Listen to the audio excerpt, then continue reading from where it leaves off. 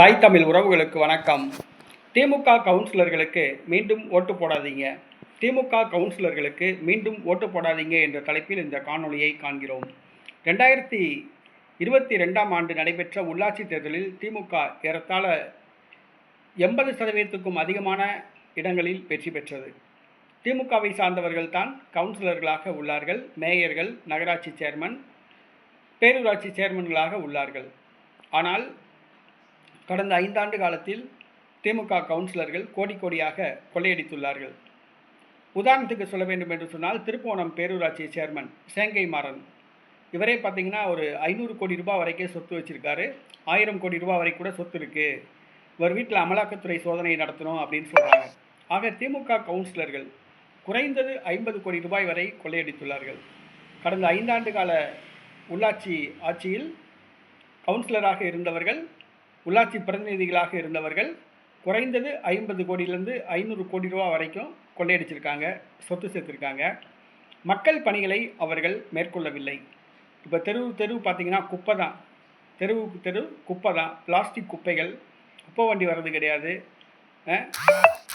சாக்கடைகள் அள்ளுவது கிடையாது, க்ளீன் பண்ணுறது கிடையாது, கொசு மருந்து அடிப்பது கிடையாது, சாலைகள் குண்டும் குழியுமாக உள்ளன, தெரு விளக்குகள் எரியலை, தெருவுக்கு தெரு குப்பைமேடு தான் காட்சி அளிக்குது, ஒரே நாக்குந்தான் அடிக்குது, குடிநீர் சரியாக வருவது கிடையாது. ஆனால் இந்த கவுன்சிலர்கள் இப்போ ஆட்சி மாறிடுச்சு, இப்போ அசால்ட் ஆகிட்டாங்க, தமிழக வெற்றி கழக அரசு தானே அப்படின்ட்டு அசால்ட்டாக இருக்காங்க.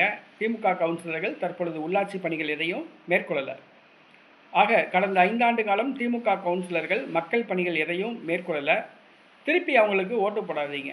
திமுக கவுன்சிலர்களுக்கு ஓட்டு போடாதீங்க. கடந்த முறை திமுக சார்பில் உதயசூரியனில் போட்டிக்கிட்டு ஜெயிச்ச கவுன்சிலர்களுக்கு ஓட்டு போடாதீங்க. ஓட்டு போட்டிங்கன்னா அவங்களுடைய பணிகளை அங்கீகரித்ததாக அர்த்தம், அவங்க கொள்ளையடித்ததை அங்கீகரித்ததாக அர்த்தம். ஆகையால் அவங்க கொள்ளையடிச்சிட்டு போகட்டும், இனிமேல் அவங்களுக்கு ஓட்டு போடாதீங்க. உங்கள் வார்டுகளில், உங்கள் தொகுதிகளில் போட்டியிடுகின்ற நல்ல வேட்பாளருக்கு, மக்கள் பணி செய்வார் அப்படிங்கிற நம்பிக்கை ஏற்படுகிற ஒரு வேட்பாளருக்கு ஓட்டு போடுங்க. குறிப்பாக நாம் தமிழர் கட்சி நிறுத்துகிற வேட்பாளர்கள் எல்லாமே நல்ல வேட்பாளர்கள் தான், மக்கள் பணி செய்யக்கூடியவங்க தான், அவங்களுக்கு ஓட்டு போடுங்க. கடந்த 5 ஆண்டு காலம் கவுன்சிலர்களாக உள்ள திமுக கவுன்சிலர்கள் மீண்டும் போட்டியிட்டால் அவர்களுக்கு வாக்களிக்க வேண்டாம்.